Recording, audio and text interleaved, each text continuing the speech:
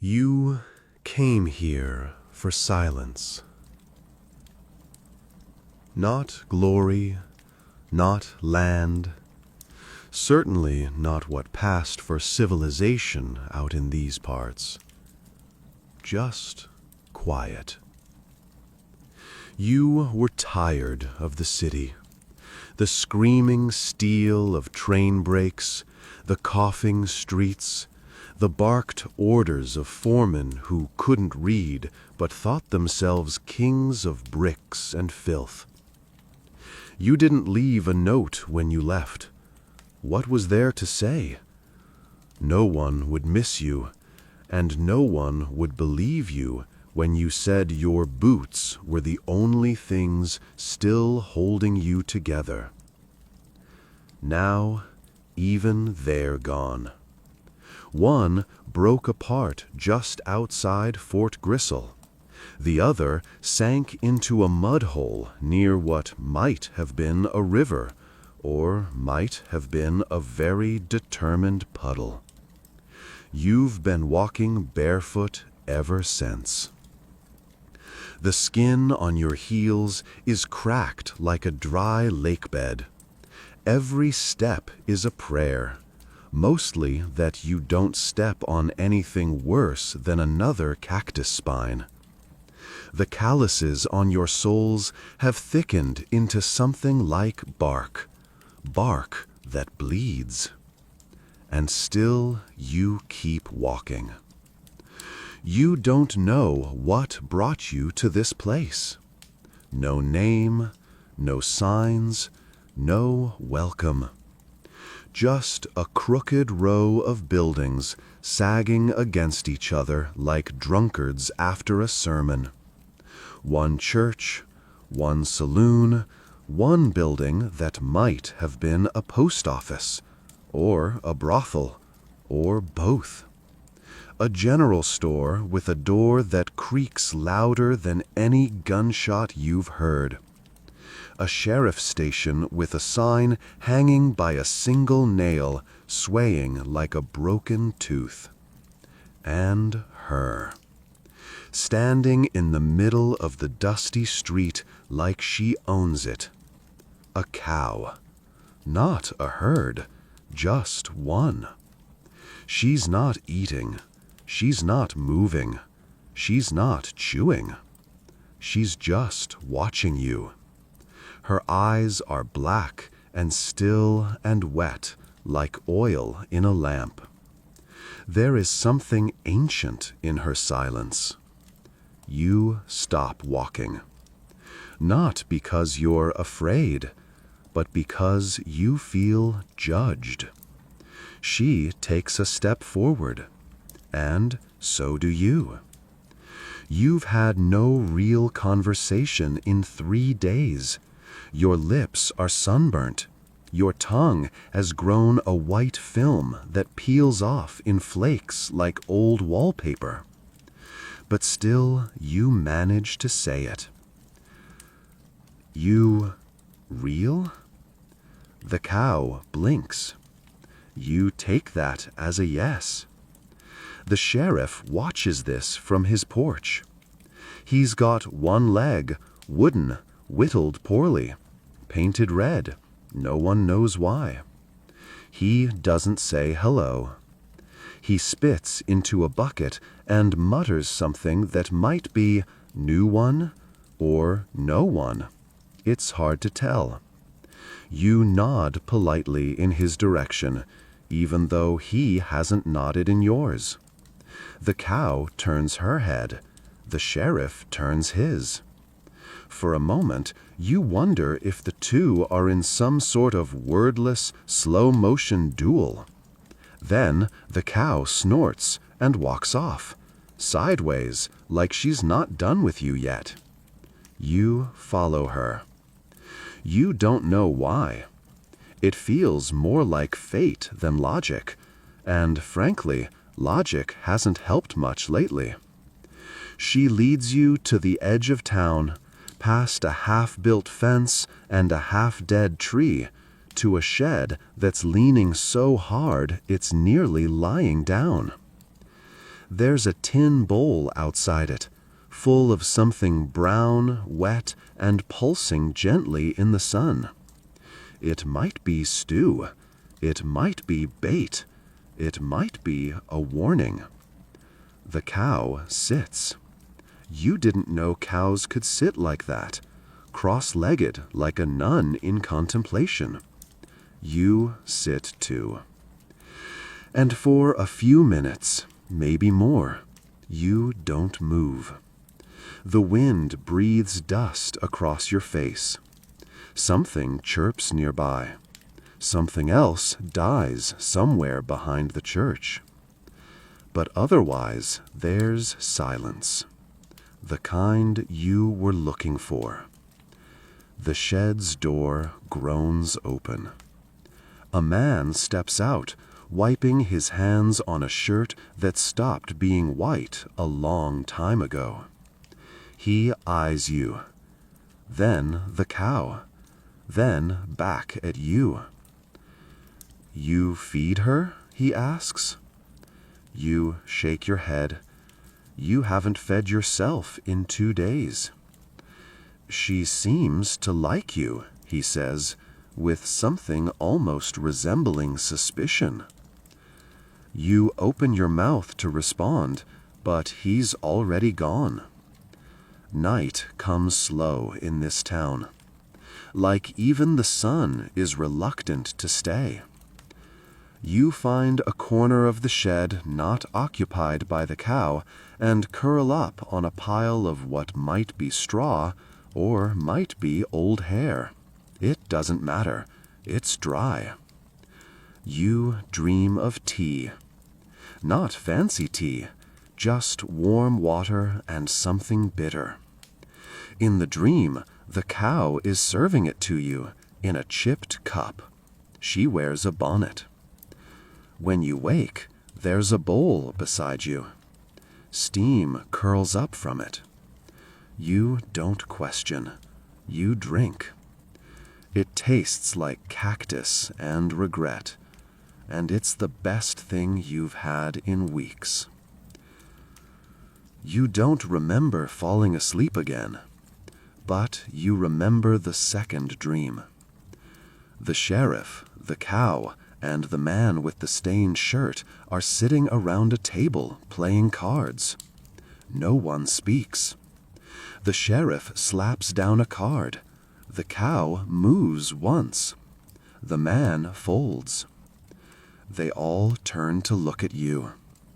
The cow says in perfect English, "You better not step in it." You wake with a start. Something has stepped on your face. The cow is already walking away. You rise slower this time. Every joint protests. Your back is a map of bruises.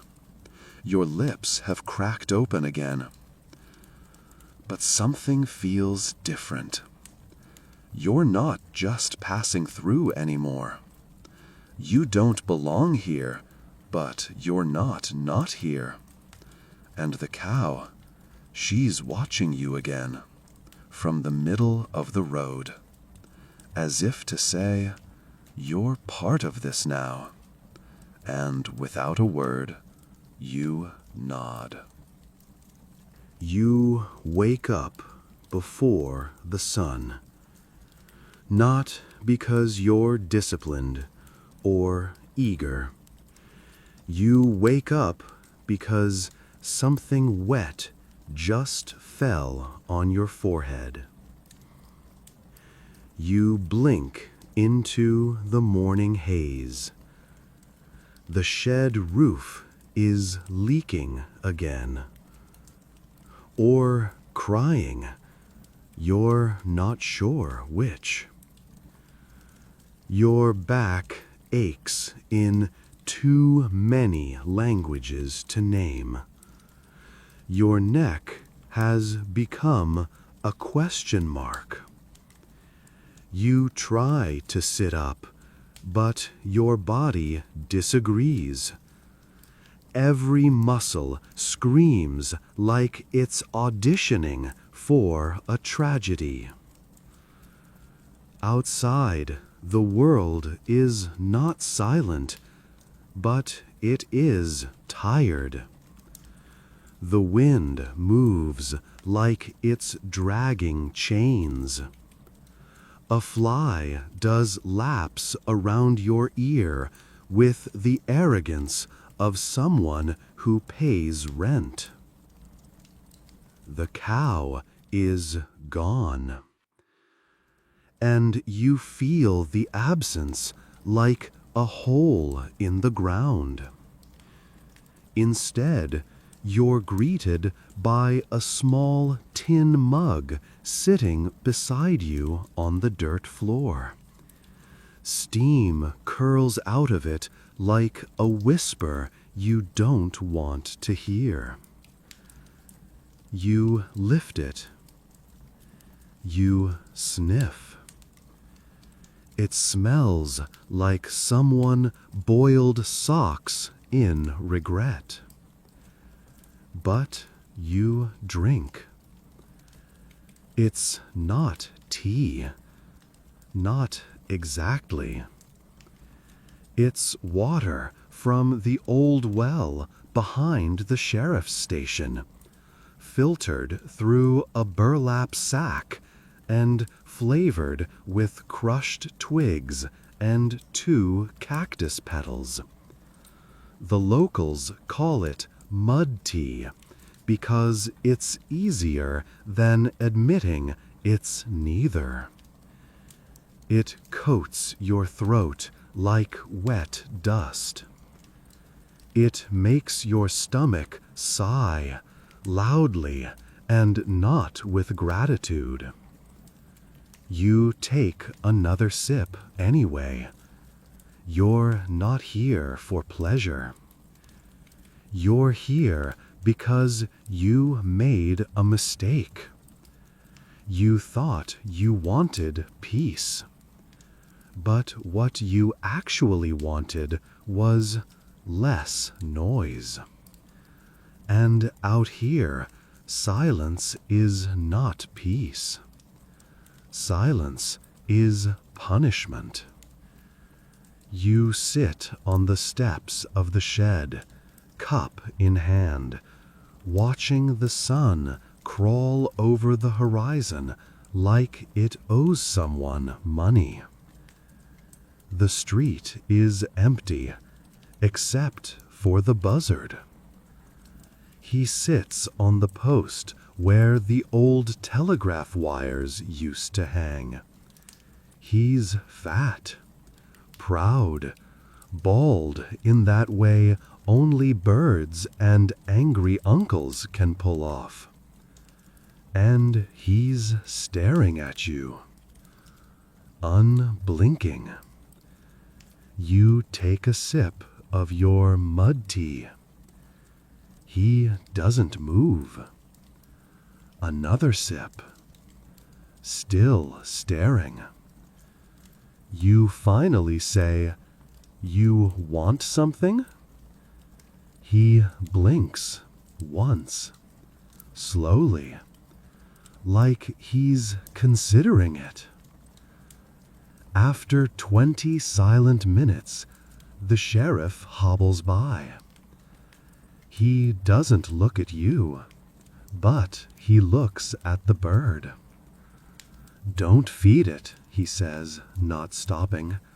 "Make some bold." You want to respond, but your mouth is full of cactus grit. The sheriff mutters something under his breath and keeps going, dragging his wooden leg behind him like a protest banner. The buzzard hops down from the post and waddles closer. He doesn't flap. He walks, like a priest inspecting a new congregation. You finish your tea. You stare back. You lose. Later that morning, you wander into the town's single street with no purpose but to exist. There's no schedule here, no trains, no bells. Time moves the way old men do, hesitant and filled with pauses. You pass the saloon. It's closed or open, hard to tell. The doors are always swinging, but no one ever goes in or out. You see a man sitting in a rocking chair on the porch. He's asleep or dead. Again, hard to tell. You nod anyway. It's polite. The general store is open, in theory. Inside, it smells like old rope and melted licorice. A fan turns slowly above, squeaking with every rotation, like it's having second thoughts. The woman behind the counter doesn't look up when you enter. She's carving something into the wooden countertop. Letters, maybe? Or just a nervous tick. "Don't ask if we sell boots," she says. You hadn't planned to, but now you feel strangely guilty.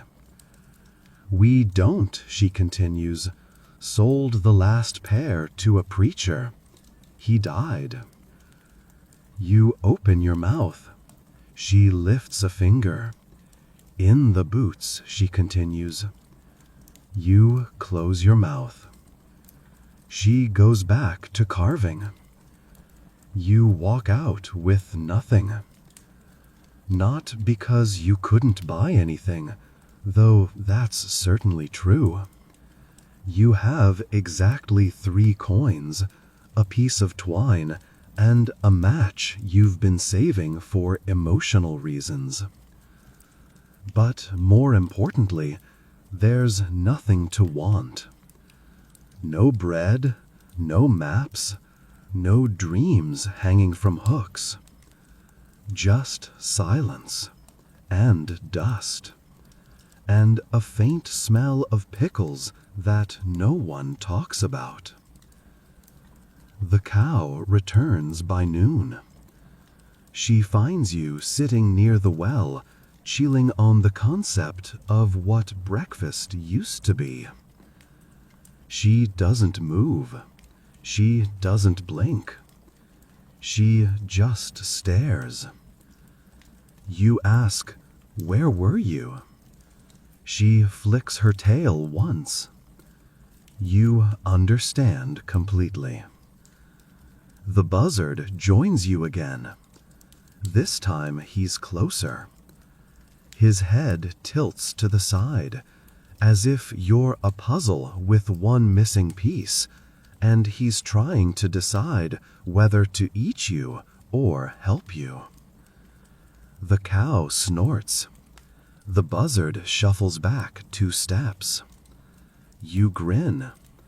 There's power in strange friendships. By late afternoon, you're sweating through your shirt and wishing you died yesterday when your heel bled into your sock and you thought, "Maybe infection will take me before this place does." But you didn't die. And now you have a task. Survive until night. No chores, no orders, no money, but survival is still a job. You dig a hole. You don't know why. It feels right. You find a rock. You name it Marvin. You try to whistle. Nothing happens. You try again. The cow moos. You consider that a win. That night, you fall asleep to the sound of a harmonica someone plays in the distance. It's out of tune. The sheriff's left leg and the secret of the boiled boot soup. It starts with a sound, a rhythmic thump, drag, echoing off the dry boards of the street like the heartbeat of a dying horse. You're sitting on the edge of the well again, debating whether to sip the tea someone left you, probably the cow, possibly God, when you hear it. The sound gets closer, measured, intentional. You look up, and there he is, the sheriff. One leg meat, the other memory. The wooden one is red, not red like paint, red like dirt, rubbed in with pride.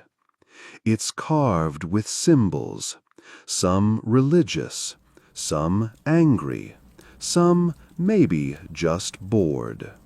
The foot has a spur nailed to it. The spur does nothing but click. He stops in front of you, doesn't speak, just looks. You feel the gaze in your spine. Then, without invitation, he sits beside you. The cow appears moments later. She settles on your other side like a bodyguard who moonlights as a milk source. The three of you sit in silence for a full minute. Then he says, flat as a gravestone, "You eat boots?" You blink. You look at your cup, then at your feet, then back at him.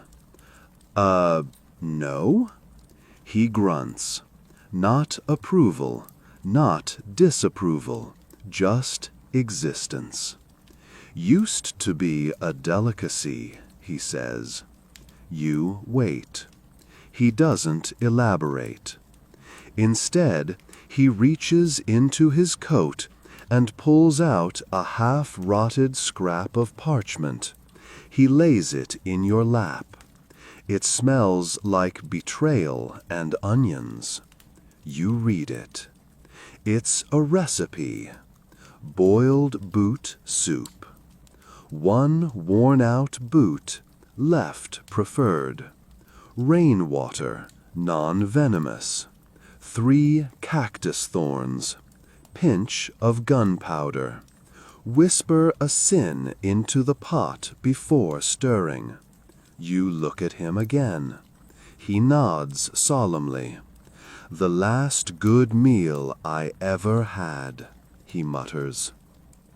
It turns out the sheriff wasn't always the sheriff. He used to be a cook, a terrible one. He ran a traveling soup cart for 10 years.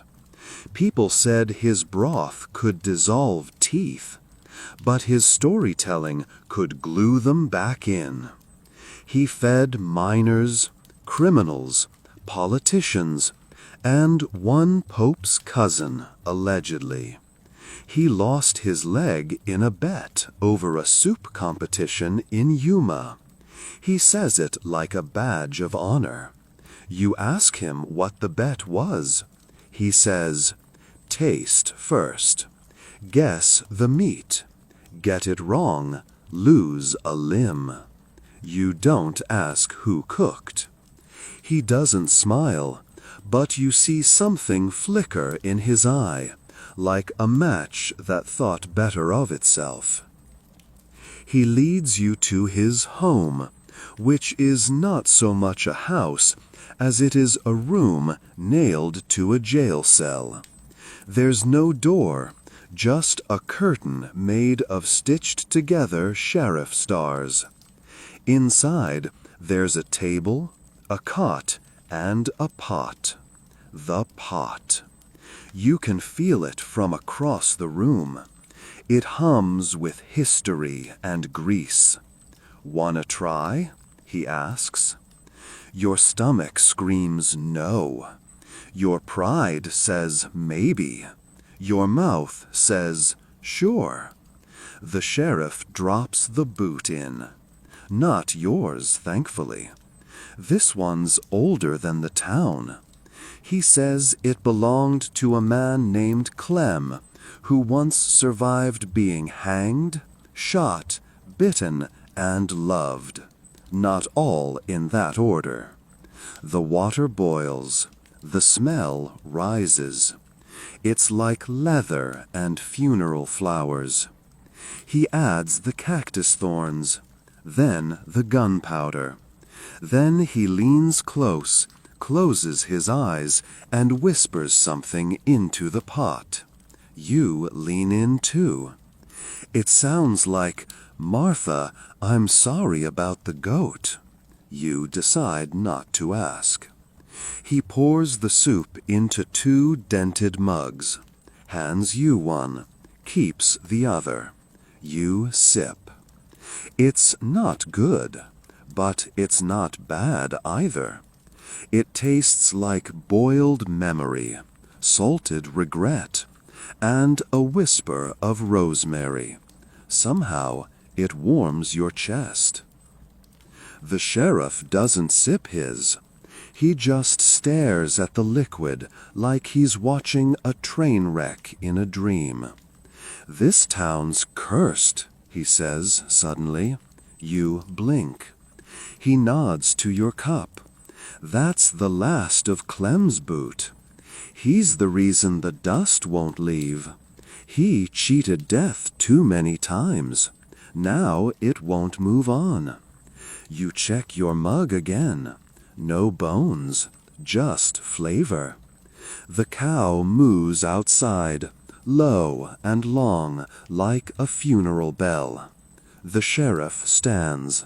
"You stayin'?" he asks. You don't answer, but your feet don't move. He nods. "Good. The cow likes you." He limps out. You're alone in the room, with the pot, the mug, and the knowledge that someone loved a goat named Martha. You sleep that night in a corner of the jail, just outside his curtain of stars. The bed is straw. The pillow is a folded jacket that smells like old coins. You dream of boots, marching, screaming, burning. You wake in a sweat. The cow is staring at you from the doorway. Behind her, the buzzard nods. There are towns where the past sleeps quietly. This isn't one of them. This town eats it, boils it, and serves it with cactus thorns and memory. You finish the last of the soup and whisper into the mug, "Don't make me the next boot." The mug stays quiet, but the cow snorts once, as if to say, "No promises." You got a job digging graves for people who haven't died yet. The first rule in this town is simple. Don't ask questions. The second rule: if someone hands you a shovel, take it. Even if it's not clear what you're supposed to do with it. Even if it comes with no explanation, no pay, and no warning about what you might find when you start digging. Especially then.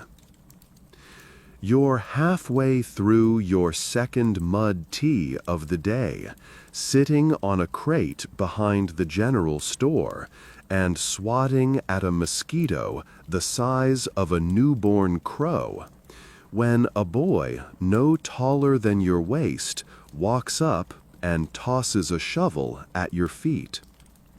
doesn't say a word, just wipes his nose on his sleeve, chews a piece of string, and points toward the hill behind the church. Then he leaves. You call after him. He raises a hand, palm outward, fingers spread, like a priest offering a half-hearted blessing. You look at the shovel, then at the hill, then back at your tea. It's cold now, so you pick up the shovel. The graveyard isn't really a yard. It's a patch of dirt stitched together by weeds, broken fences, and lopsided headstones. Some of the names are scratched out. Others are written in a language you've never seen. One headstone just says, "No." Another reads, "Died twice, the second time stuck."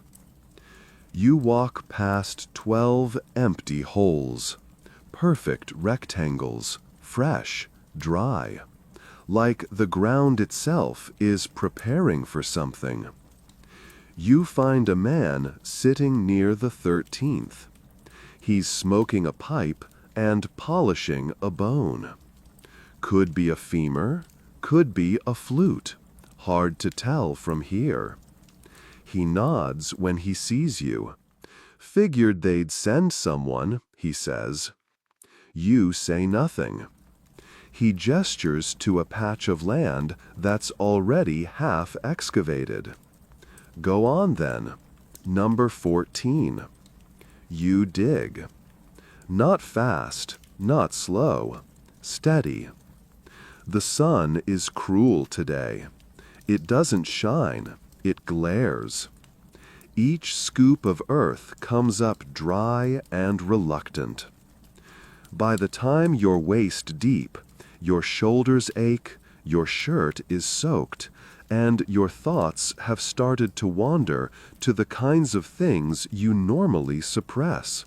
Ex-lovers, unpaid debts, that one childhood dream about marrying a train conductor. You pause to wipe your forehead. The bone polishing man tosses you a canteen. Tastes like copper, he says, but it's wet. You drink. He lights another match with his thumbnail. Ever dig a grave for someone still breathing? He asks. You look up. No. He shrugs. You get used to it. Turns out the town doesn't wait for death. It prepares. Every new arrival gets a grave eventually, whether they plan to stay or not. Some leave before theirs is finished. Some sleep in them on hot nights. One man got married in his. He's still alive, but not well. You finish the hole by evening. 6 feet deep, 4 feet wide, perfectly silent. You climb out. Your arms tremble from the effort. Your stomach growls. You think you smell cornbread, but it might be sunstroke.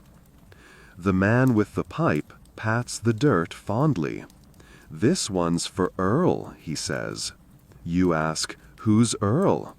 He taps the side of his nose, then points toward the church. He blinks. There's no bell. The man grins. Exactly. You walk back into town with dirt in your boots and blood under your nails. The cow meets you near the well. She sniffs your hands, snorts once, then turns away. Approval, probably. You sit by the well. The buzzard joins you. He's brought a beetle this time. He drops it in your lap like a gift. You nod. You've had worse. The sheriff limps by later. He sees the dirt, sees the shovel, sees the beetle. He squints. That your first? You nod. He spits, "Good." Then he adds, almost like an afterthought, "They say if you dig your own grave, it won't be ready for you." You frown. "I dug someone else's." He grins. "Did you?" And then he walks away. That night, you find a note pinned to the door of the shed where you sleep. It's scrawled in thick pencil on the back of a tobacco box. 4 more tomorrow. Bring your own canteen. It's signed, "The Still Alive Committee." You read it twice, then a third time. Then you take your boots off and sit with your feet in a bucket of yesterday's tea. It smells worse than death, but it's cooler than the dirt. You dream of holes, endless holes, each one filled with something different. A pair of dice, a chicken feather, a coin with your face on both sides. You fall into one and wake up sweating. The cow is in the doorway again, watching, not blinking, as if to say, "You're digging more than dirt, you know. You know, you know. You're digging time, digging silence, digging yourself out of who you used to be." The sun rises. You grab the shovel, and for the first time, you don't wait for instructions. You just start walking, toward the hill, toward the holes, toward something that might one day feel like home. You weren't expecting an invitation. Most things in this town just happen to you. Mud tea, shovels, mysterious dreams about the cow knitting you a blanket of old wanted posters. But this was official. Folded parchment, sealed with wax that smells faintly of gun oil and peach brandy, slipped under the door of your shed just before dawn. Written in careful, scratchy letters. You are hereby invited to the holy and somewhat questionable union of Mr. Henry Golliver and his personal tombstone. Ceremony at high noon, behind the general store. Dress is optional, clarity not required. You read it 3 times. The cow peers over your shoulder on the 3rd. She doesn't moo. She doesn't need to. You're going. By mid-morning, the town begins to stir in its usual reluctant way. The buzzard is already dressed for the occasion. He's perched on the roof of the sheriff's office with a sprig of grass in his beak. Might be a boutonniere, might be a threat. The sheriff himself leans in the doorway, sipping from a chipped mug that likely hasn't been cleaned since the last eclipse. He nods when he sees you. "You goin'?" he asks, like he doesn't care, but kind of does. You lift the invitation. He grunts. "Tell Henry I said congrats, and to stop stealin' dirt from the jail garden." Behind the general store, folding chairs have been arranged in 2 loose rows, some facing the wrong direction, some still covered in bird droppings. At the front, the bride, or rather, the tombstone. Granite, worn, etched with Henry Golliver, B. 4 times. D. Not yet, apparently. The groom, Henry himself, is adjusting his tie. The tie is made from a strip of curtain and what looks like licorice. He's humming, something upbeat, possibly a funeral march played backward. When he sees you, his eyes light up. "You came!" he exclaims. I did, you say. He beams. "Take a seat, or don't. She don't mind either way." You glance at the tombstone. It remains impressively silent. More townsfolk arrive. The bone-polishing man from the graveyard, the old woman who runs the general store, carving knife still in hand, the child with the runny nose and the 1,000-yard stare. Even the cow shows up, dragging with her a bouquet of thistles in her mouth. She places it gently beside the tombstone, then takes her seat at the end of the row, dead center, like the town's only critic. The buzzard lands on a chair, immediately defecates on it, flies away again. Henry clears his throat. The sheriff's red-legged cousin, nobody knows his name, steps forward with a battered Bible and a flask. "I ain't licensed," he says, "but neither's the groom, so it evens out." The ceremony is short, beautiful, in a way that makes you uncomfortable. Henry speaks first. "My dearest stone," he begins, "you've been with me since the flood, since the fire, since the incident with the cursed harmonica." He pauses. "People laughed when I carved my own name. They said it was premature. They said I was tempting fate." He leans forward, touching the cold granite with both hands. "But you were the only one who stayed. When my boots fell apart, when my brother joined the traveling soap cult, when I lost my last tooth to a pickled beet." A tear slides down his cheek. "You check your pulse. You're alive. Somehow." He finishes, "I do." Everyone claps, except the sheriff.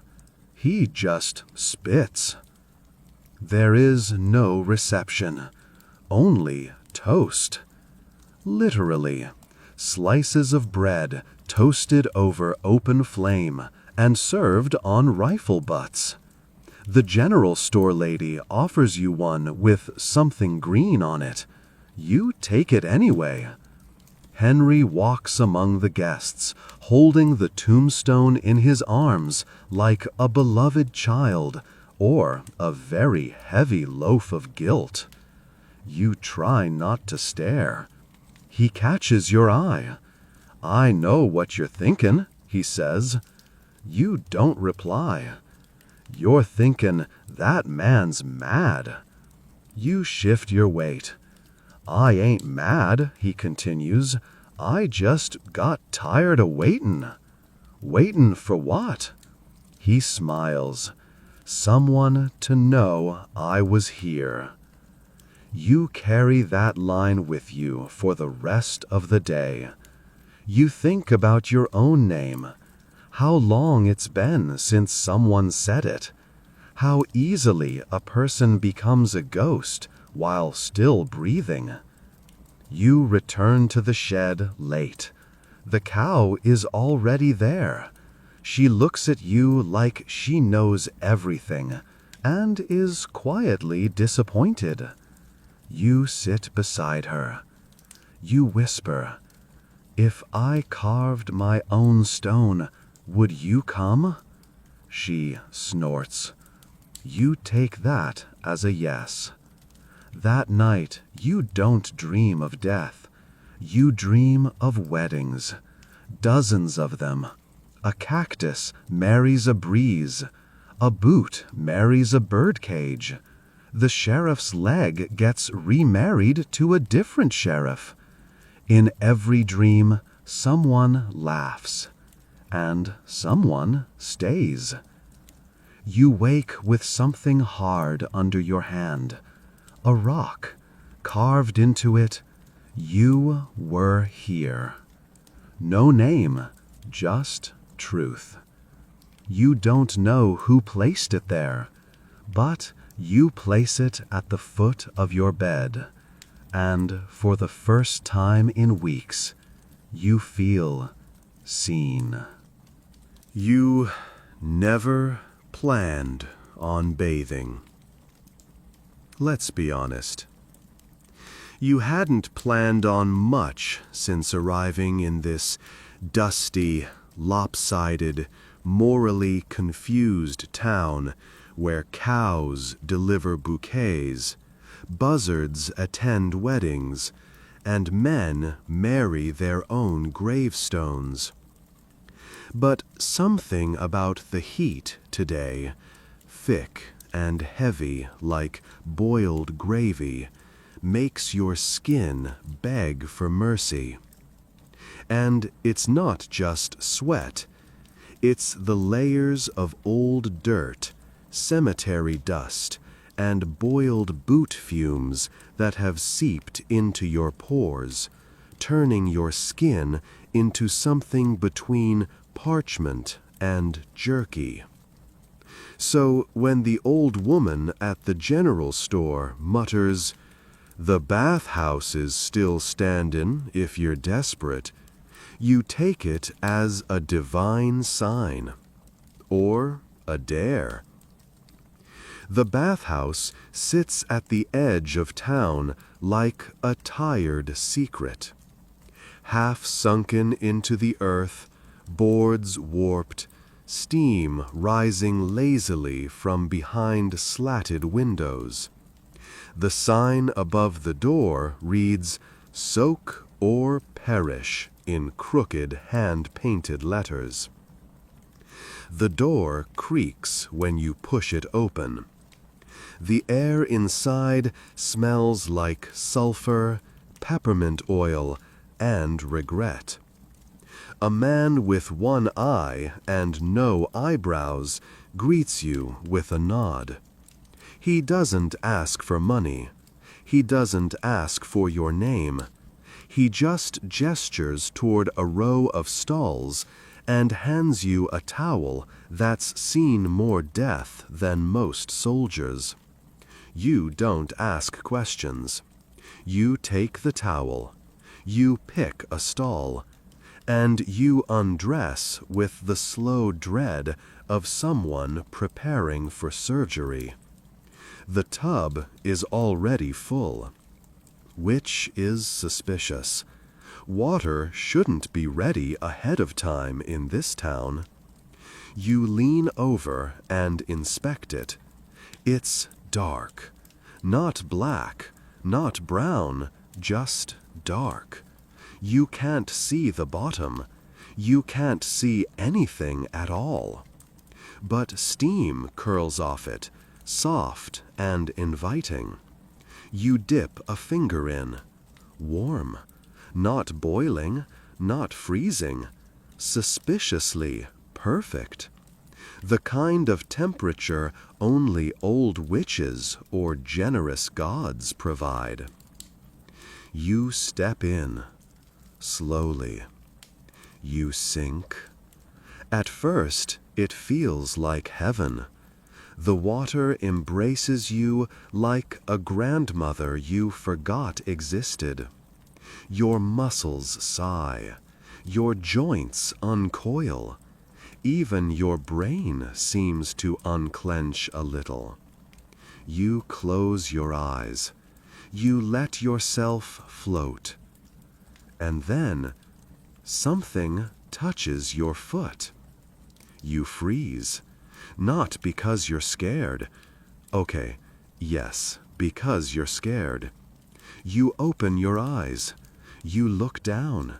Nothing. Just the water. But now it feels thicker. More like syrup. Heavy. Dense. Something brushes your leg again. You jerk upward. Still nothing. But now the water's pulling. Gently. Like a child tugging on a sleeve. You grab the sides of the tub and sit upright. You breathe hard. And then you see it. A toe. Not yours. Pale, wrinkled, floating up from the deep end of the tub like a bloated pearl. You scramble out of the water so fast you nearly dislocate a rib. Dripping and shaking, you wrap the towel around yourself like armor and back away from the tub, eyes locked on the surface. The toe disappears. The water stills. You wait. 1 minute. 2. Nothing happens. You dry off like someone escaping a crime scene. In the hallway, the one-eyed man is sipping from a teacup with a spoon. He sees your face and nod. Ah, tub 4. You stare. He shrugs. She don't always show up, but when she does, she's polite. You open your mouth. Close it. Open it again. She? He sips his tea. Used to be a midwife, drowned in that tub, comes back now and then, touchy about her ankles. You blink. He gestures to your legs. She like yours. You walk out of the bathhouse barefoot, dripping, and spiritually unsettled. You will never be clean again. The cow is waiting for you outside. She looks at the towel, then at your face, then snorts. A long, low snort that feels like, I told you so. You walk past her, avoiding eye contact. The buzzard flies overhead, drops a feather at your feet, and cackles. Back in your shed, you sit in the corner and stare at the bucket where you used to soak your feet. It feels safer now. You pour water into it, dip your toes, wait. Nothing brushes you. You sigh. You lean back. And for the first time in days, you whisper aloud, I miss mud tea. That night, you dream of bathtubs, rows and rows of them stretching into the desert, each one filled with warm water, each one whispering your name, and floating in the middle of them all, the cow, wearing a lifeguard vest, shaking her head. You wake up with the taste of peppermint and panic in your mouth. The towel is still around your shoulders. The room is quiet, but the bucket has moved. Just slightly. An inch closer to you. You don't sleep again. In this town, bathing is a risk. Like love. Like weddings. Like boiling boots. But you tried. And you lived. So tomorrow, maybe you'll do something safer. Like duel a scorpion. Or confess your sins to the sheriff's leg. Hunger comes quietly here. It doesn't claw at your belly like it used to in the city. It doesn't scream. It just hums. Low, steady, beneath your ribs, like an old harmonica someone forgot to finish playing. It's been 3 days since you ate anything that wasn't either cactus, regret, or suspiciously spiced mud tea. And even the cow been eyeing you lately, not with malice, but concern. So you do the only logical thing left in your dust-baked, sanity-fraying world. You go to the general store. The bell above the door doesn't ring. It wheezes. A tired, metallic gasp, like a ghost trying to cough. Inside, it's dim and overly warm. The smell of pickled something and nail polish remover slaps you across the face. The shelves are half-stocked with confusion.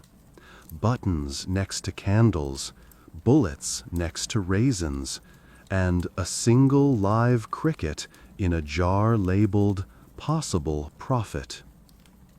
You approach the counter. The woman behind it doesn't look up. She's still carving.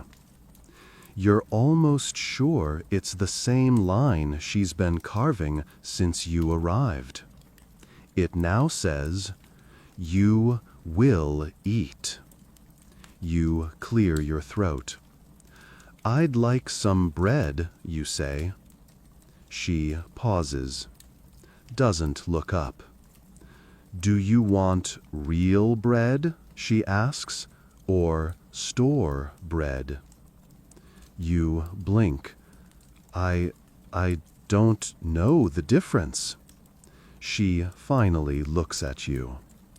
Her eyes are blue, sharp, and older than your understanding of shame. She reaches under the counter and places something in front of you with a heavy thunk.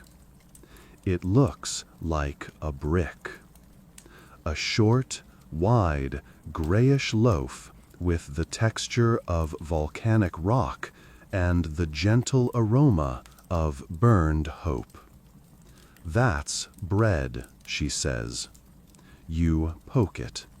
Your finger comes back bruised. She watches you. You gonna buy it or make a scene? You reach into your pocket and hand over 2 coins, a button, and a small rock that looks vaguely like Abraham Lincoln. She nods and slides the bread toward you. "No refunds," she mutters. "Bites if you sleep too close to it." You blink. What? But she's already gone back to carving. "YOU will eat." You don't ask questions. You leave with the brick. You carry it like a baby or a bomb. Every step sends vibrations up your wrist. It hums faintly, like it remembers being a mountain. You sit by the well. The cow is there. She sniffs the bread, then backs away slowly. That's not a good sign. You try to cut it with your knife. The knife bends. You try to bite it. Your teeth protest and file a complaint with your gums. You tap it against a stone wall. The wall chips. You hold it up to the light. It absorbs it. You're about to give up when a man sits beside you. You don't know him. You've never seen him before. But he looks like someone who hasn't eaten in years and somehow still gained weight from bitterness. He nods at the bread. "Ah," he says, "the lady loaf." You blink. "She names them," he explains. "That one's called Regretful Dawn." You nod slowly. He leans closer, whispering, "You can't eat it directly. You gotta unlock it." You stare. "Unlock it?" He nods. "Ask it what it wants." You begin to suspect your hunger has gone full hallucination, but you whisper to the bread anyway. "What do you want?" The bread doesn't answer, but you feel something shift. It's warmer now, lighter. You break off a corner. Somehow it yields.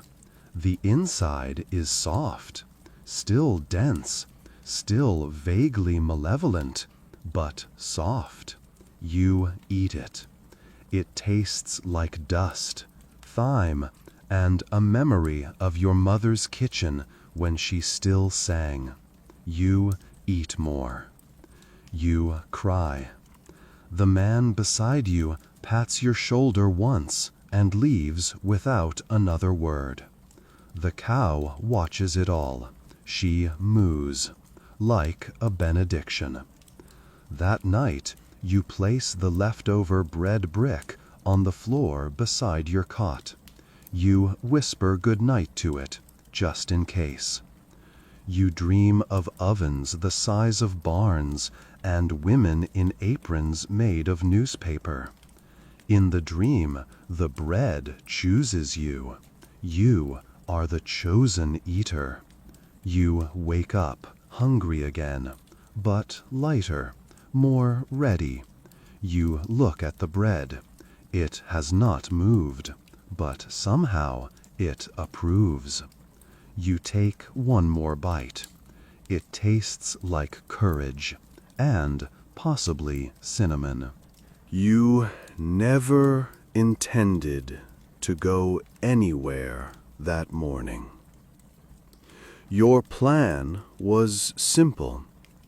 Sit by the well, sip whatever liquid the cow or the wind left for you, and continue the slow, emotional unraveling you've come to call your daily routine.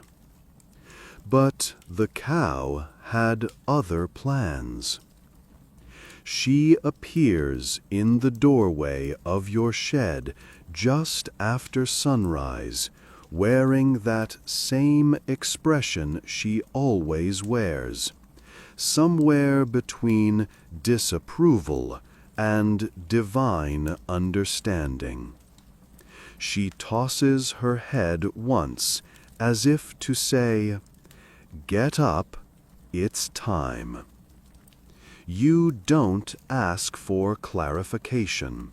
You've learned not to. You lace your boots, take the last crust of Lady Loaf, and follow her. She walks slowly, deliberately. Down the main road, past the sheriff's office, past the general store where the carving on the counter now reads, "Y-O-U will eat the truth." You pass the saloon. The doors swing, but no one enters or exits. A sound echoes from within, something between laughter and breaking glass. You keep walking. The cow doesn't look back. You leave the last buildings behind. The road narrows into a path. The path becomes hoofprints in the sand. After what feels like an hour of silence, broken only by the rhythmic swish of her tail and the crunch of regret beneath your boots, you see it. A clearing. A clearing. A circle of chairs. A group of townsfolk. A wooden platform. and on that platform a coffin. But not just any coffin. It's glass, and inside it is a mirror, tall, ornate, cracked down the middle like a spine. You stop walking. You stare. A man in a tattered preacher's hat approaches you and hands you a small wilted flower. "She was very old," he whispers.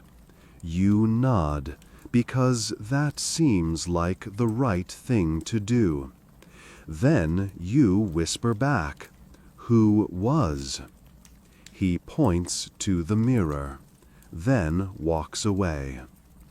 You find a seat near the back. The cow sits beside you. Everyone else seems unbothered. The sheriff is there, hat off, wooden leg polished.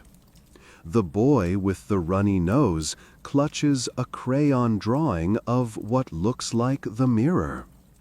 The buzzard perches on the top of a nearby fence post, preening as if he were the officiant. No one speaks. A soft wind blows, and then the ceremony begins. The preacher steps forward, clears his throat. "We are gathered here today," he begins, "to mourn the passing of a witness." He gestures to the mirror behind him. "She watched this town longer than any of us. She never spoke, but she saw, and that was enough." The crowd murmurs in agreement. "She saw your youth," he continues. "She saw your sickness. She saw what you did when no one else was watching." Someone in the crowd coughs uncomfortably. "She never judged," he says. "She only reflected, until one day she didn't." He steps back. A woman in a veil approaches the mirror, places a silver brush against the glass, whispers something in a language that might be French, might be mourning. One by one, others rise and do the same. A belt buckle, a broken comb, a single shoe. Objects that once had reflections. You don't understand it, not really, but you feel it, somewhere deep in your ribs. When it's your turn, you hesitate. You reach into your coat pocket. You find the piece of regretful dawn, that impossibly dense bread, still hard, still sharp. You place it on the edge of the coffin. You whisper, "She saw me hungry." And for a brief moment, you swear the crack in the mirror narrows just a little. The cow approaches last. She doesn't bring anything. She simply walks to the mirror, places her forehead against the glass, and closes her eyes.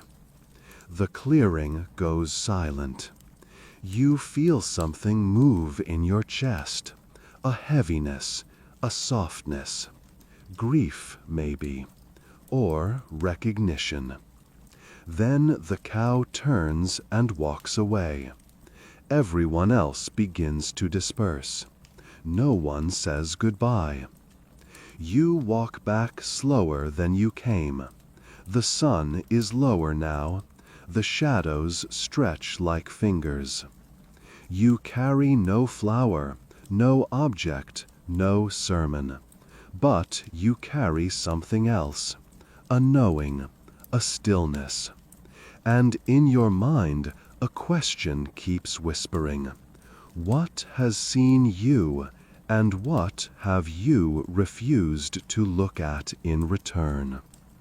When you reach town, the carving on the general store counter has changed again.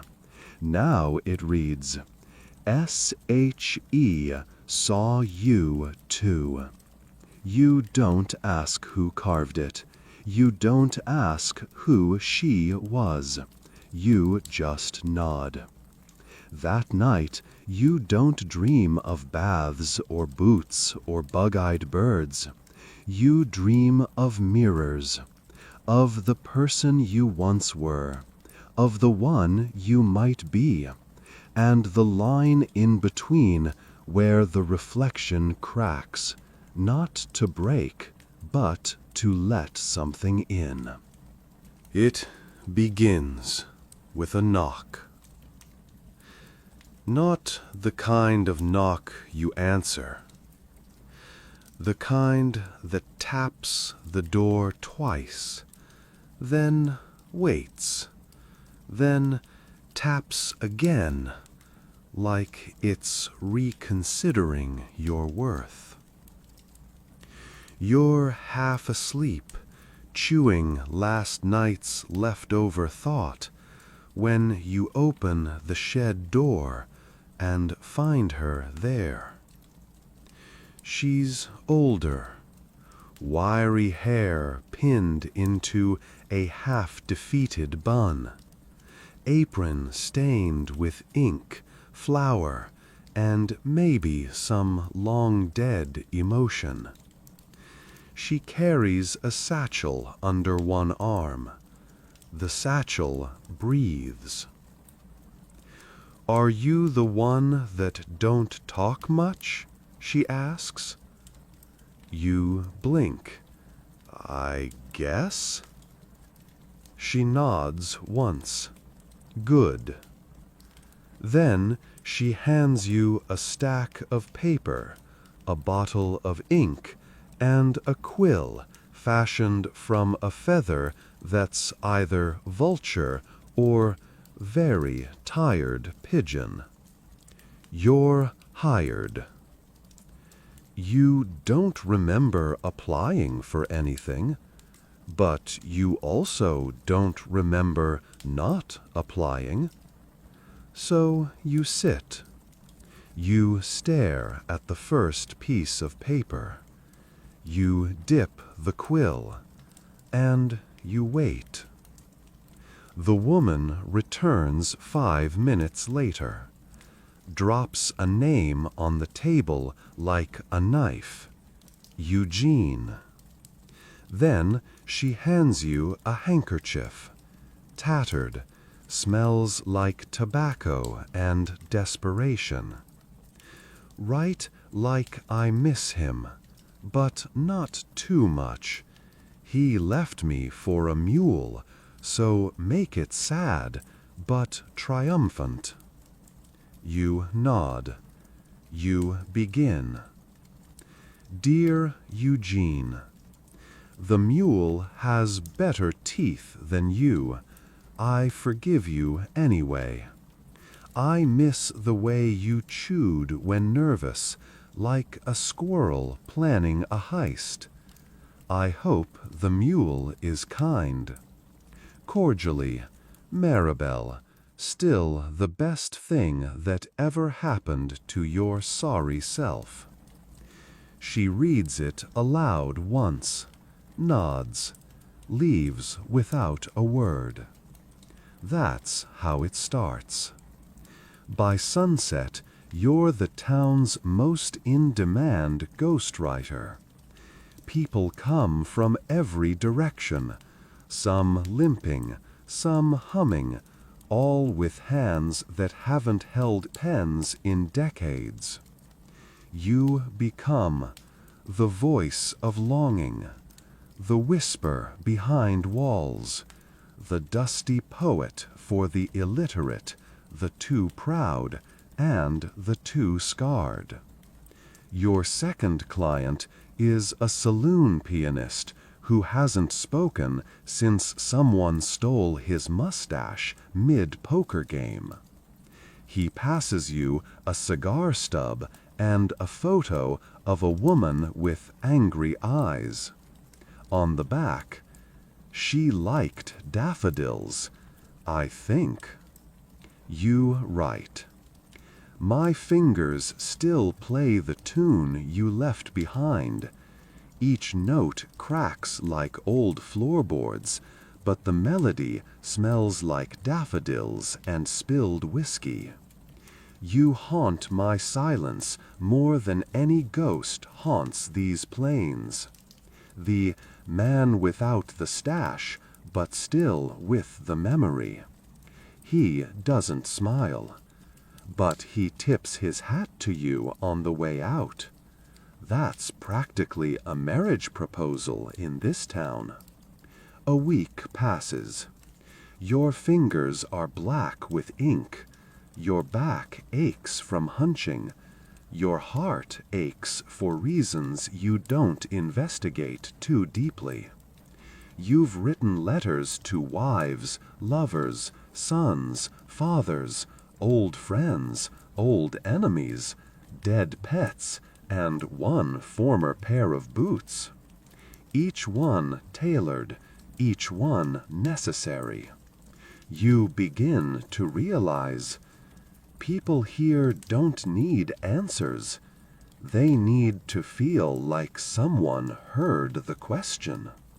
Then, one day, the sheriff visits. Without his badge, without his wooden leg. He leans on the doorframe like someone afraid of doors. You busy? You shake your head. He sits, pulls something from his coat, a folded letter, already yellow with age. He places it on the table. "I wrote this to my wife 10 years ago," he says. You nod. "She never got it," he says. You wait. "She died before I could send it." You nod again. He looks up. "Could you rewrite it? Like I didn't mess it up the first time?" You open the letter. The writing is jagged, sharp, words scratched like confessions in wood. But the sentiment is there, buried beneath dust and guilt. You write, "My dearest Clara, if I could lay my regrets out under the stars, you'd see a map made of sorries and could-haves. But I think you always knew, even when I didn't say it right, even when I didn't say it at all. I loved you. I still do. The badge was never heavier than the day I pinned it on and knew I'd never be home again. Forever, the man you waited for, longer than anyone should wait." You slide it across the table. The sheriff stares at it, doesn't touch it. Then he nods once, walks out without a word.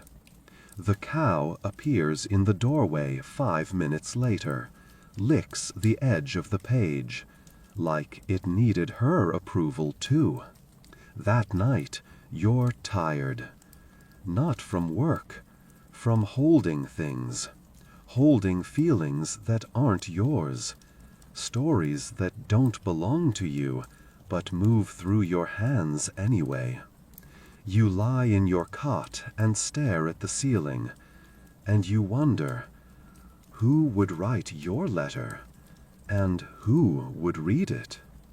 You fall asleep to the sound of crickets forming a waltz, ink still drying on your fingers, a letter half written on your chest that begins, "Dear someone." It starts with an apple.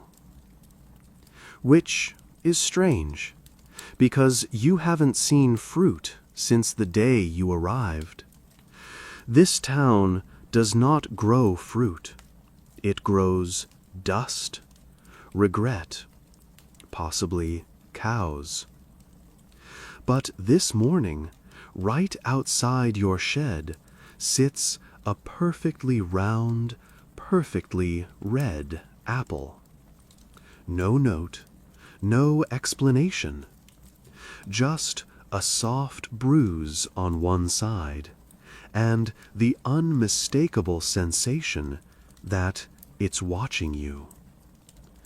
You pick it up, sniff it, turn it over. You don't eat it. You're not suicidal.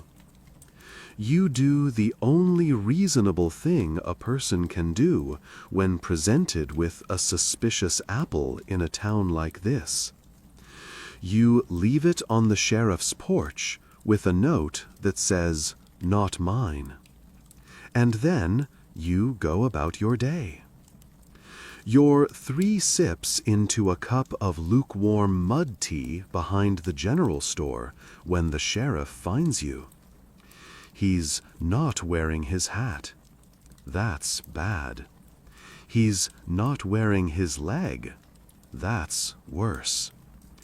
He's wearing an expression that can only be described as, "Someone just insulted my mother, my horse, and the concept of morality in the same sentence."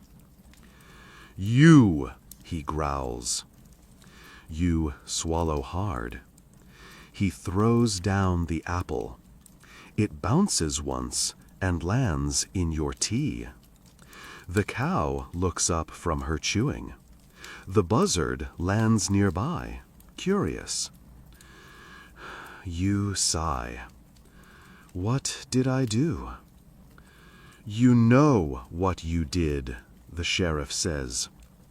You really don't. The trial is called within the hour. No official charges. No real process. Just a gathering of folks outside the old church, all seated on crates and barrels, fanning themselves with broken spoons and bits of newspaper. The sheriff limps onto the makeshift platform and bangs a ladle against his wooden leg, which he is now wearing again for dramatic effect. "The accused," he announces, "has been brought forth for the crime of fruit possession with intent to deceive, sow chaos, or tempt divine wrath." You blink.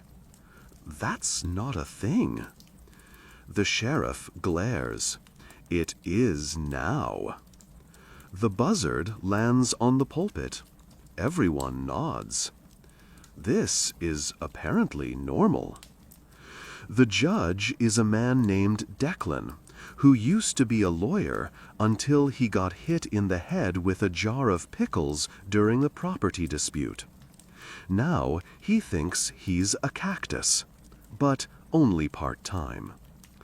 He sits in a chair made of forks and gestures for silence. The cow moos once. Court is in session. The first witness is the general store woman. She takes the stand, holds up a Bible, and kisses it like it owes her money. "I seen him," she says. "He was holdin' the apple, lookin' like a man with plans." You try to interject. The sheriff bangs the ladle. "Objection," you say. "Overruled," says the buzzard, pecking the table. You gape. The sheriff shrugs. "We let him decide now, after the lizard incident." You don't ask. Next witness, the child with the runny nose. He points at you with sticky fingers and whispers, "He talks to bread." There's a collective gasp. The sheriff nods solemnly. Confirmed. The crowd murmurs. You catch words like witchcraft and fermentation possession. You bury your face in your hands. This is it. You're going to hang for a fruit you didn't even eat." Then a voice, clear, calm, stern. "She didn't give him the apple. It's the cow. She's standing now, still chewing, but speaking with the certainty of one who has seen civilizations rise and fall and move through them all. He was set up." The crowd falls into stunned silence. The sheriff stares. "Bessie, you sure?" She nods. The buzzard flaps once, then pecks the gavel. "Not guilty," the sheriff announces. You exhale. The crowd disperses like a dream. Afterward, the sheriff claps a hand on your shoulder. "You're lucky she spoke," he mutters. "She doesn't do that for just anyone." You look toward the cow. She's already walking away. That night, you find the apple again on your pillow. No note, no bite taken, just sitting there, watching. You wrap it in cloth and bury it behind the shed, just to be safe. You fall asleep wondering if the buzzard is trained, if the cow is divine, and if you'll ever look at fruit the same way again. Probably not. But one thing's for sure. You survived your first trial. And in this town, that makes you family. Your hair had started to bother the buzzard. That's how you knew it was time. He'd taken to circling lower than usual, letting out grumbling croaks, and occasionally dropping pebbles near your head, not out of malice, you suspected, but out of aesthetic concern. Even the cow began sniffing your scalp every morning, then backing away slowly, as if unsure whether you were human or evolving into something else entirely. So, when the flyer showed up, scrawled in red ink on the back of an old sermon, tacked to the door of the general store, you took it as fate. Come see Jupe. I cut, I see, I cleanse. Payment optional. Regret guaranteed. You read it twice. You scratched your chin, which had grown its own zip code. Then you went. Because here, a haircut is more than vanity. It's confession. Jupe's shop sits wedged between the abandoned blacksmith's barn and the halfway collapsed taffy mill. The door creaks like an injured accordion. Wind chimes made of teeth clack above the frame. Inside, it smells like lilac oil and wet iron. A single chair sits beneath a cracked mirror. Bundles of herbs hang from the ceiling like forgotten dreams. On the counter, scissors, a crystal ball, a stack of mismatched tarot cards, and a jar labeled simply, "Why not?" Jupe appears from behind a curtain like a conjurer. He wears a blood-red vest, half-moon glasses, no shoes. And his hair? Perfect. Which somehow makes you trust him less. He gestures to the chair. You sit. The cushion squeals. He circles you once, silently, then stops behind your left shoulder. You've got old thoughts tangled in this mess, he says. You nod. That sounds right. He spritzes your head with something that smells like regret and rosemary. Then, with one hand, begins trimming. With the other, he draws a circle in the air above your crown. Mars is in your eyebrows, he says, and that means you're either about to fall in love, fall in debt, or fall into a well. You start to ask if that's normal. He shushes you. Let the scissors speak. Snip, snip, snip. He hums as he works, a tune you almost recognize, a lullaby, maybe. He pulls a card from the deck, doesn't show you, just tucks it behind your ear and says, "This is for protection, or possibly taxation." You nod. You're beyond understanding now. Midway through the cut, he stops suddenly. "You've been judged recently," he says. You blink. "How did you—" "I can smell it," he replies. He walks to a shelf, pulls down a pouch, shakes it. Out spills a piece of chalk, a chicken feather, a bottle cap with a tooth glued to it. He places them on your chest.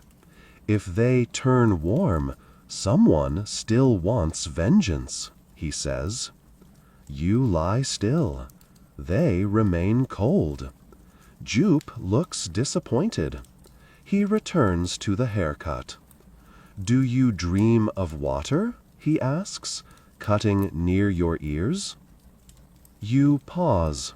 You remember the bath. You remember the toe. Sometimes, you admit. He nods solemnly.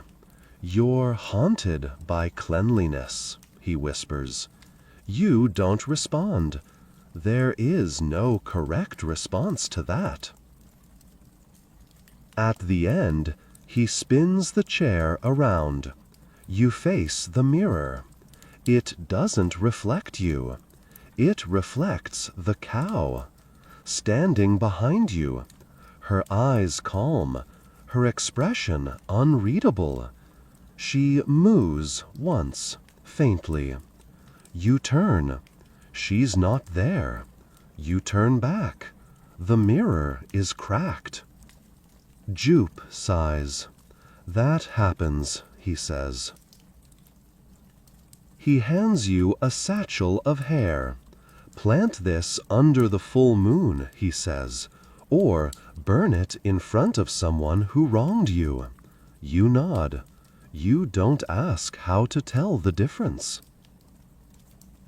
He gives you a final spray of lilac and iron, slaps the back of your head like a proud father, and whispers, "Don't comb it westward. You'll offend the vultures." You leave without paying. He doesn't ask. That evening, the buzzard lands on your roof. He doesn't croak, doesn't drop anything, just sits, watching, approving. You feel lighter, cleaner, slightly hexed, but in a pleasant way. The cow sits beside your door. She stares at your head, then moos softly. You take that as a compliment. That night, you dream not of water, but of scissors snipping through rope. And when you wake, your pillow smells like rosemary. Your past feels a little shorter, and you know, Jupe didn't just cut your hair. He cut loose something else, too heavy to carry. It begins with a sneeze. Not yours. The shadows. You're sweeping the dust from your shed, more of a gesture than an actual cleaning, when you hear it. Achoo! You stop. You look around. No one. Except your own shadow, lying there on the wall, elongated by the late afternoon sun, like a lazy dog. You stare at it. It stares back. Then, so help you, it sneezes again. You blink. Rub your eyes. Blink again. The shadow waves. You do what any sane person would do. You sit down. You take a long sip of whatever jupe left in your satchel after the haircut. You quietly wonder if it's hallucinogenic. The shadow shrugs, then detaches from your boots like a soap bubble and walks off. Just like that. No ceremony. No warning. No shoes. You tell the sheriff. He doesn't look up from his tea. Sounds like yours finally quit. You blink? Quit what? He shrugs, being attached. You try the general store woman. She asks if the shadow paid for anything before leaving. You say no. She adds it to a list pinned above the register. Thefts, shadows, intentions, salt. Within 2 days, your shadow becomes local gossip. The piano player claims he saw it cheating at cards. The taffy mill ghost says it was flirting with her. The child with the runny nose swears it knocked over his soup, but no one believes him because he says that about everyone. You try to chase it once, around the church, behind the saloon, over the hill where people pretend not to bury things. You never catch it. But you always hear the laughter, dry, thin, like wind made of mischief. Soon things go missing. Nothing big. A spoon here, a shoe there, a sign from Jupe's barber shop that used to say, "Look good, feel weird." The sheriff calls a town meeting. Everyone brings their shadows. You don't have one. You sit quietly in the back while the others perform a strange kind of roll call, stepping left, stepping right, waving arms to confirm the silhouettes follow. Everyone passes, except you. The sheriff narrows his eyes. "We got a rogue shade," he says, "and he's slippery." They post a wanted sign on the water tower. It's just your outline, traced in charcoal. Beneath it, "Wanted, shadow of unknown intent. Crimes include trespassing, loafing, theft of small objects, and one emotion, unconfirmed. May be armed with sarcasm. Approach with caution or snacks." The cow reads it and moos. You think she's laughing. You start leaving notes for your shadow, just in case it's still you somehow. You write, "I miss you. Are you eating well? Please return my sense of mystery. I need it to survive Jupe's hair lotion." No reply. Just more theft. The sheriff's leg vanishes for 2 days.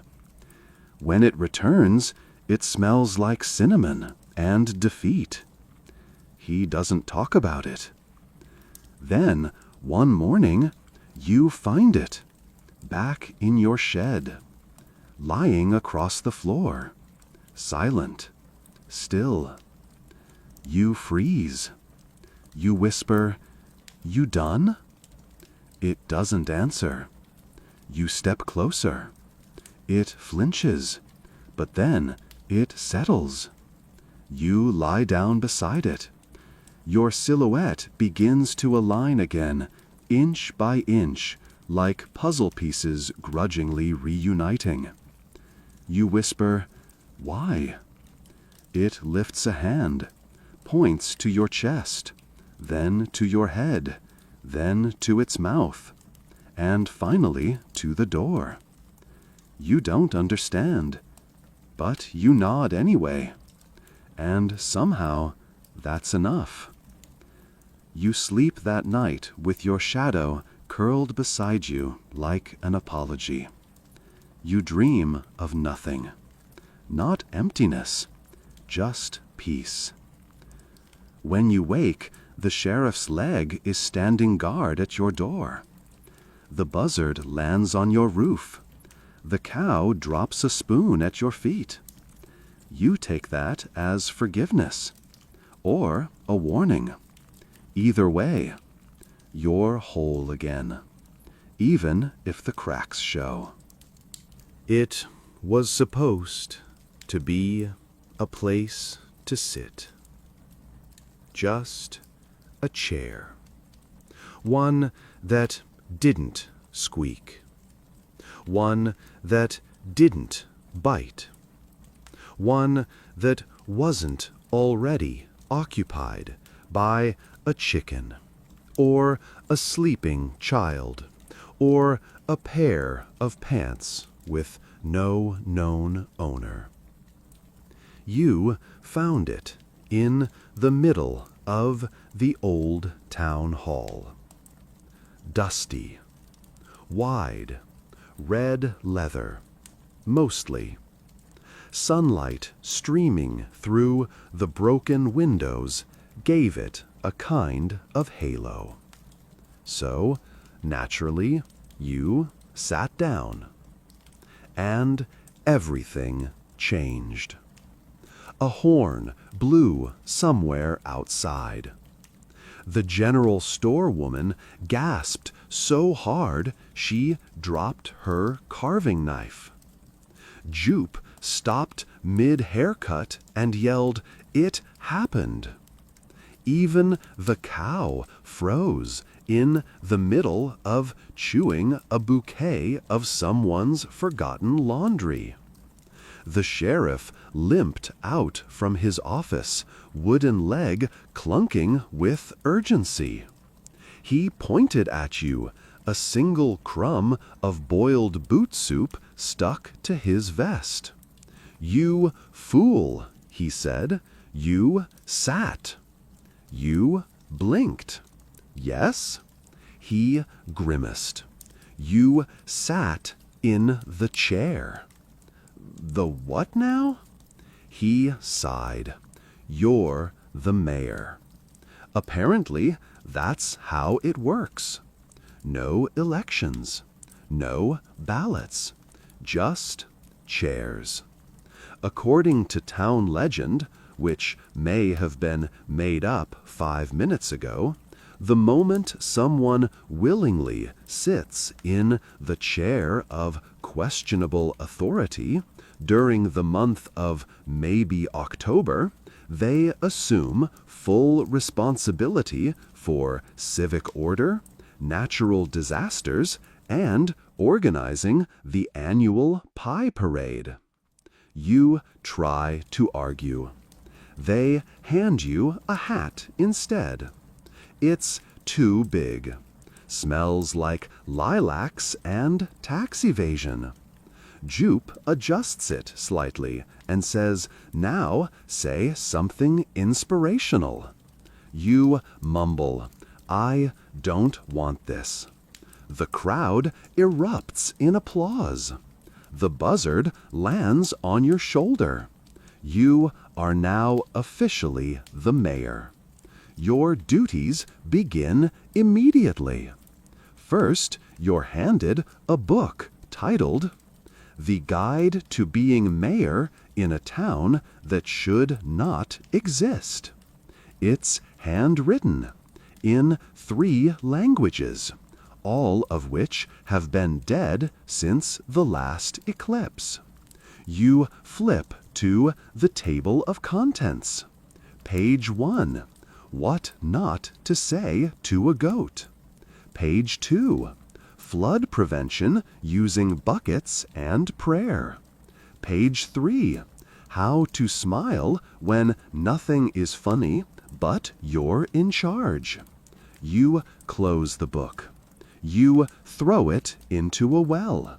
You decide to wing it.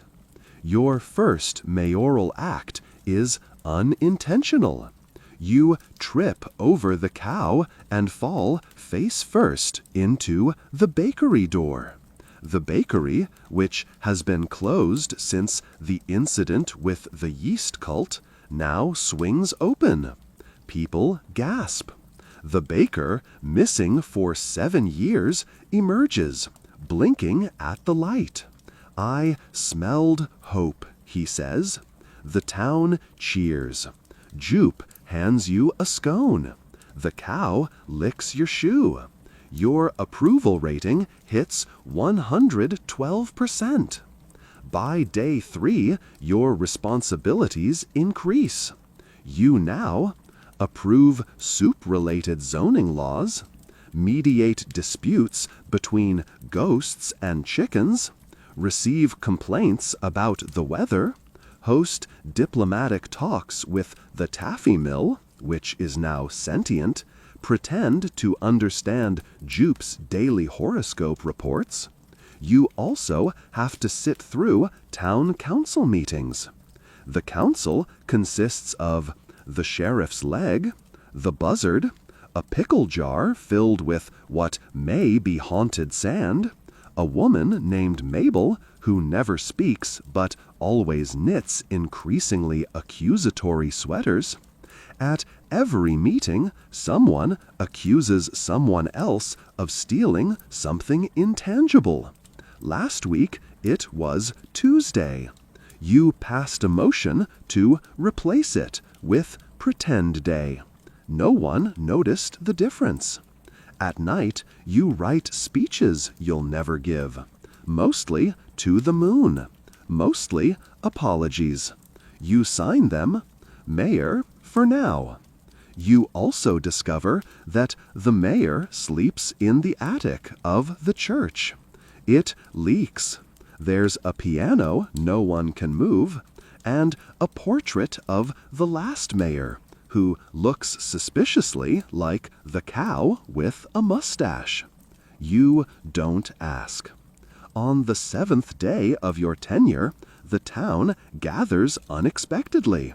No posters, no warnings, just everyone standing in the square, waiting. Jupe approaches you with solemn eyes. It's time, he says. You ask, time for what? He whispers, the chair checks in. You're escorted back to the hall. The chair is gone. In its place, a note. You've served well. You may stand now, or don't. Up to you. You stare at it. You sit anyway. Nothing happens. The crowd cheers again. The sheriff tips his hat. Still mayor. You groan. That night, the cow brings you a new pair of boots. They fit perfectly. The buzzard brings you a worm.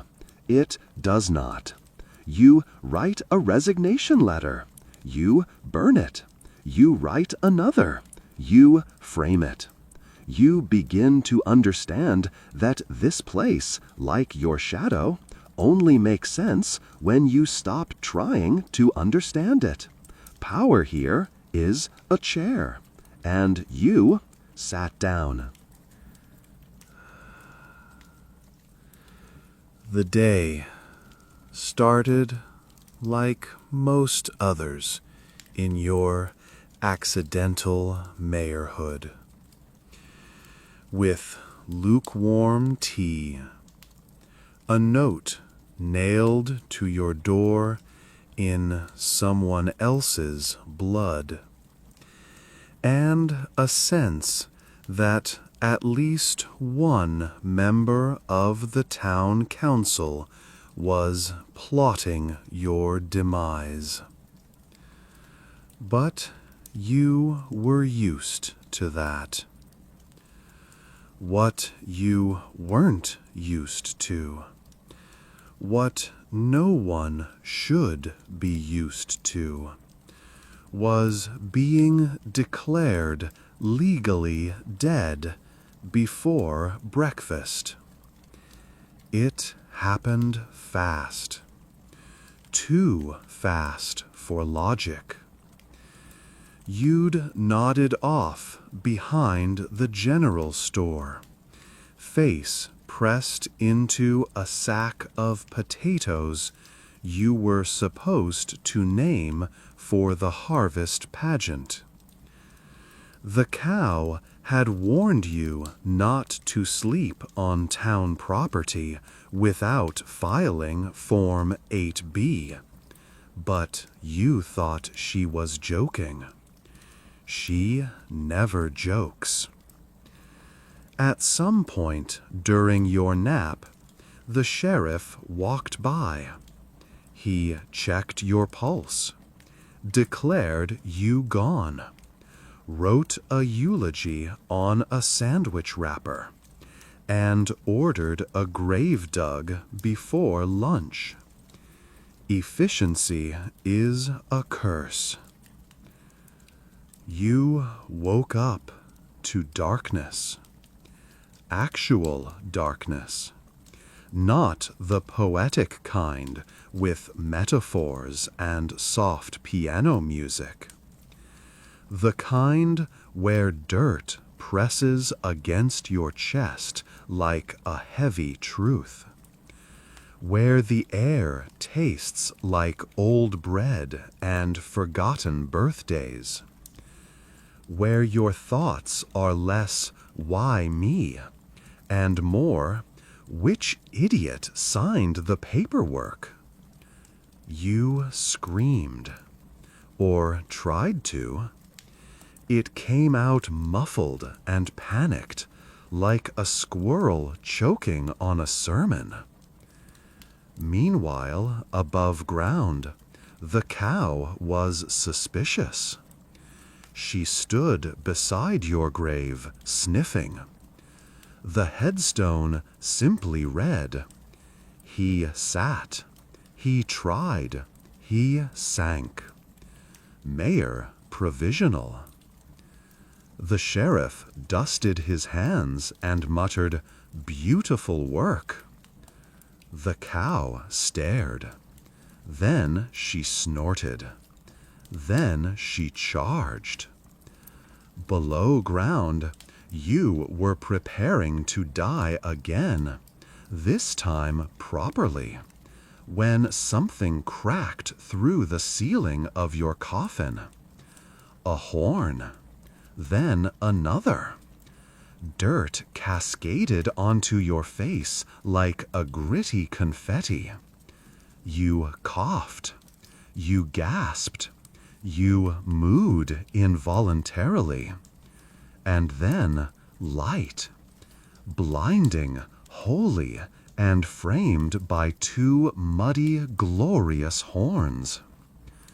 The cow had dug you out.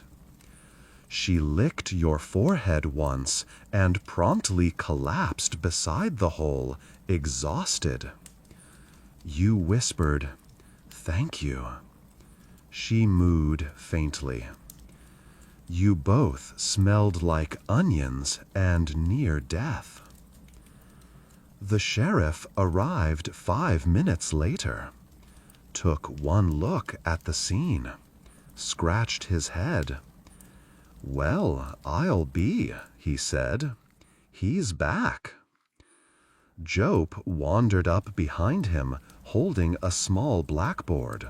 He scribbled, "Death disputed, pending review," then handed you a muffin and walked away. Back at your shed, people came to pay respects, not for your death, for your resurrection. The general store woman left you a new pillow, stuffed with shredded tax records. The buzzard dropped off a pair of glasses. They weren't yours, but the gesture mattered. Jope offered a foot massage. You declined.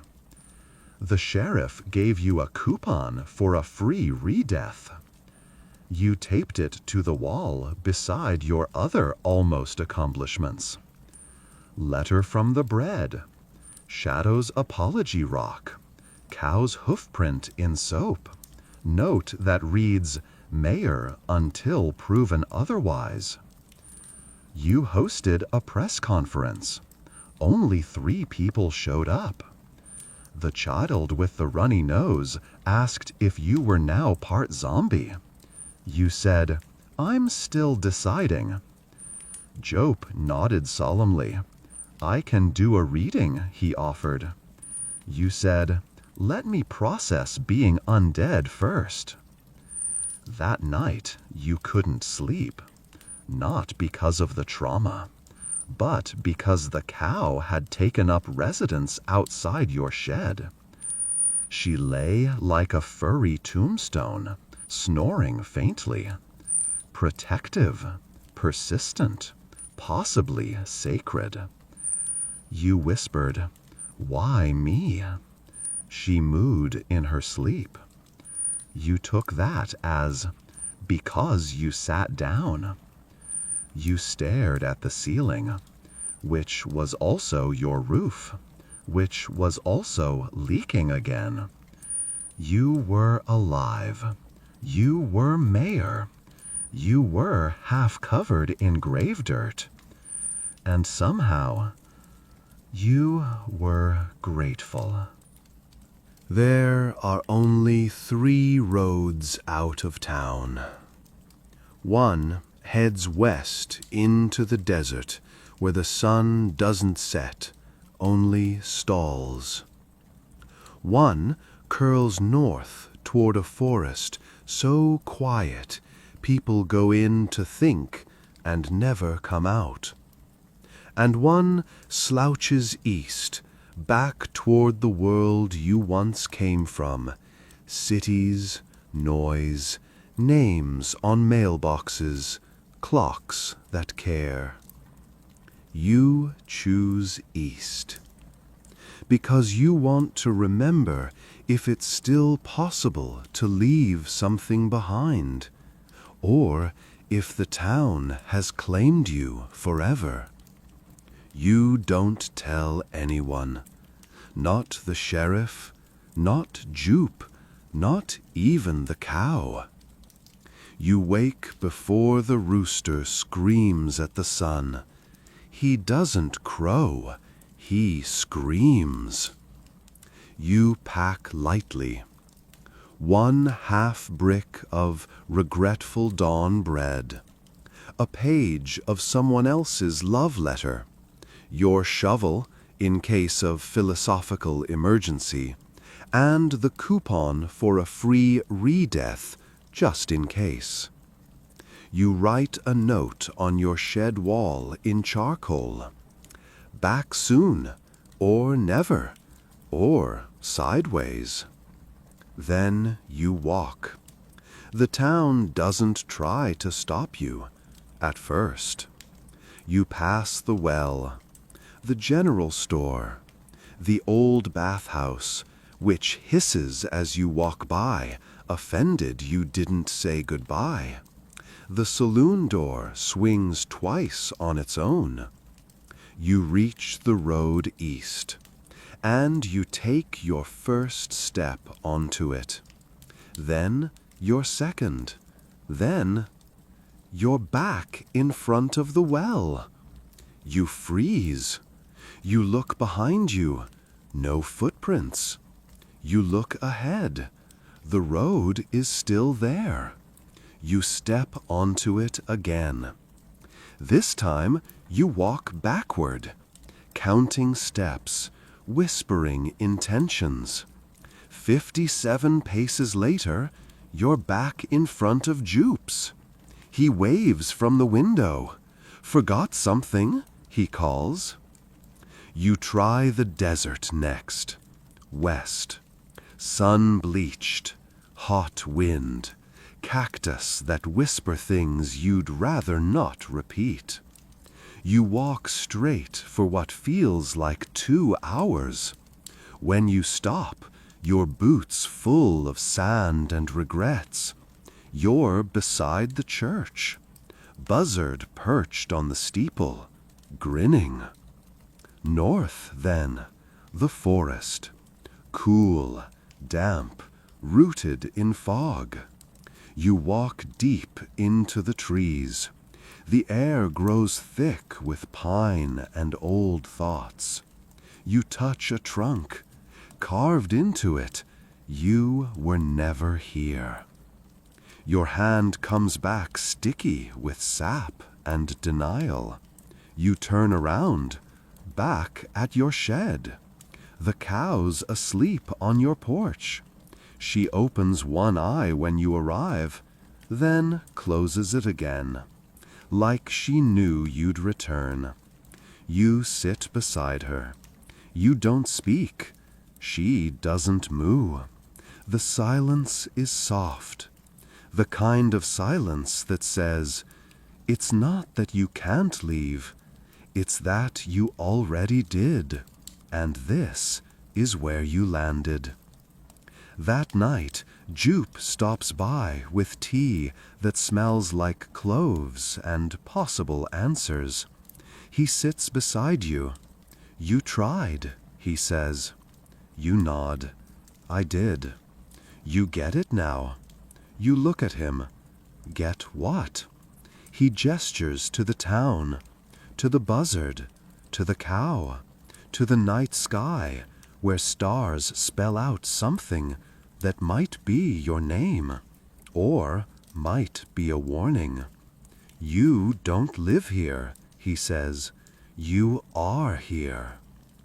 Later, the sheriff passes you a file of unfinished paperwork. Still mayor, he mutters. You ask, what happens if I quit? He chuckles. You'll still be the one everyone asks. You sigh. Then smile. Then sign the page. Mayor, eventually. The cow brings you a small stone before bed. It's smooth, cool. Carved into it, the word, stay. You place it beside your bedroll. You sleep better than you have in years. In the morning, the roads are still there, but you don't need them. Not today. Not anymore. Because you understand something now. Leaving isn't always walking away. Sometimes It's letting go of the part of you that never arrived. You wake up, breathe in the dust, the strange peace, the absurdity, the truth.